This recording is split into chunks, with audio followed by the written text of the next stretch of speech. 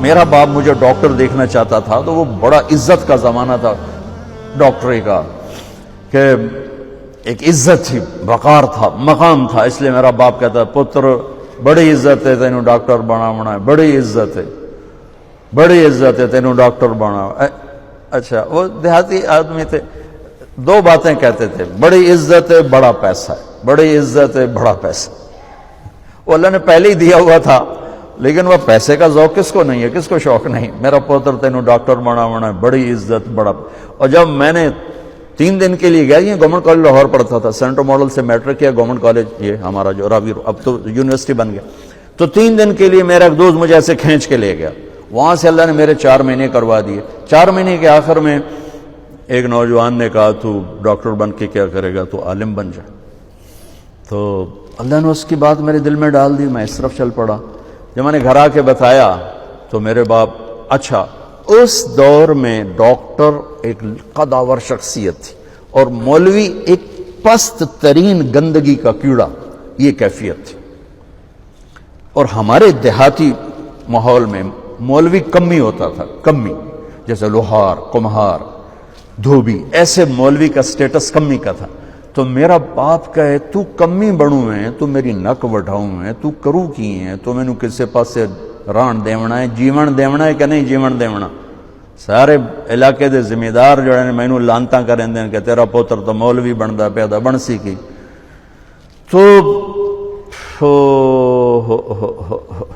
23 نومبر 1972 صبح 8-9 بجے کا ٹائم تھا، میرے باپ گھر میں آئے، وہ ذمہ داروں والی چادر پہنی ہوئی بڑی اور چولا کھلا، پگڑی کھول کے یہاں رکھی ہوئی، تو مجھے دیکھتے ایک دم غصے میں آ گیا، یہ تو مولوی بننا ہے تو میرے گھر چوں نکل جائے، زور سے کہا یہ تو مولوی بننا ہے تو میرے گھر چوں نکل جائے۔ مجھے تو نہیں پتا تھا کہ اللہ تعالیٰ مجھے وہاں پہنچانے والا ہے کہ جہاں ڈاکٹر میرے آگے بیٹھ کے میری بات سنے۔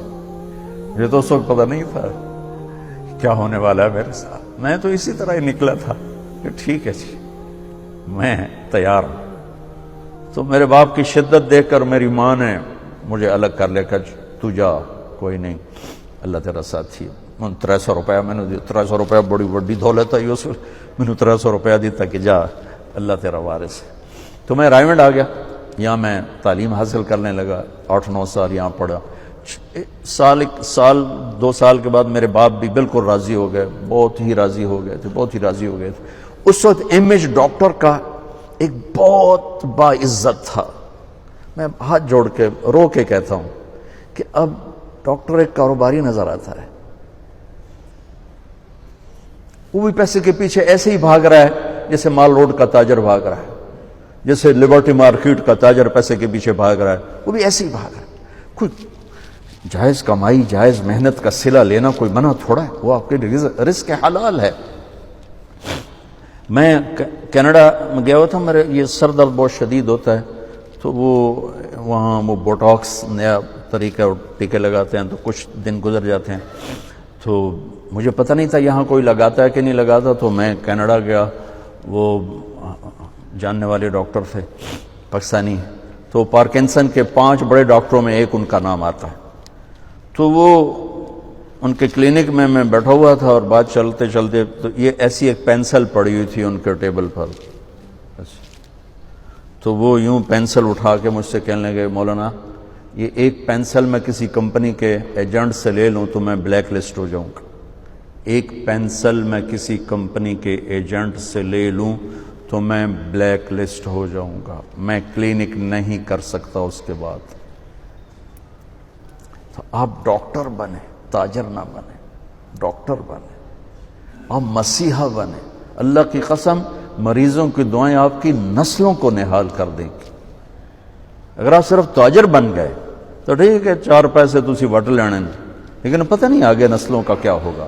اور اگر آپ مسیحا بنے، ڈاکٹر بنے، مریضوں کی دعائیں لیں، پشتیں آپ کی اس کو بیٹھ کے کھائیں گے کہ دکھی کی دعا اللہ کے عرش کو ہلا دیتی اور درد مند کی دعا فرشتوں کو رلا دیتی۔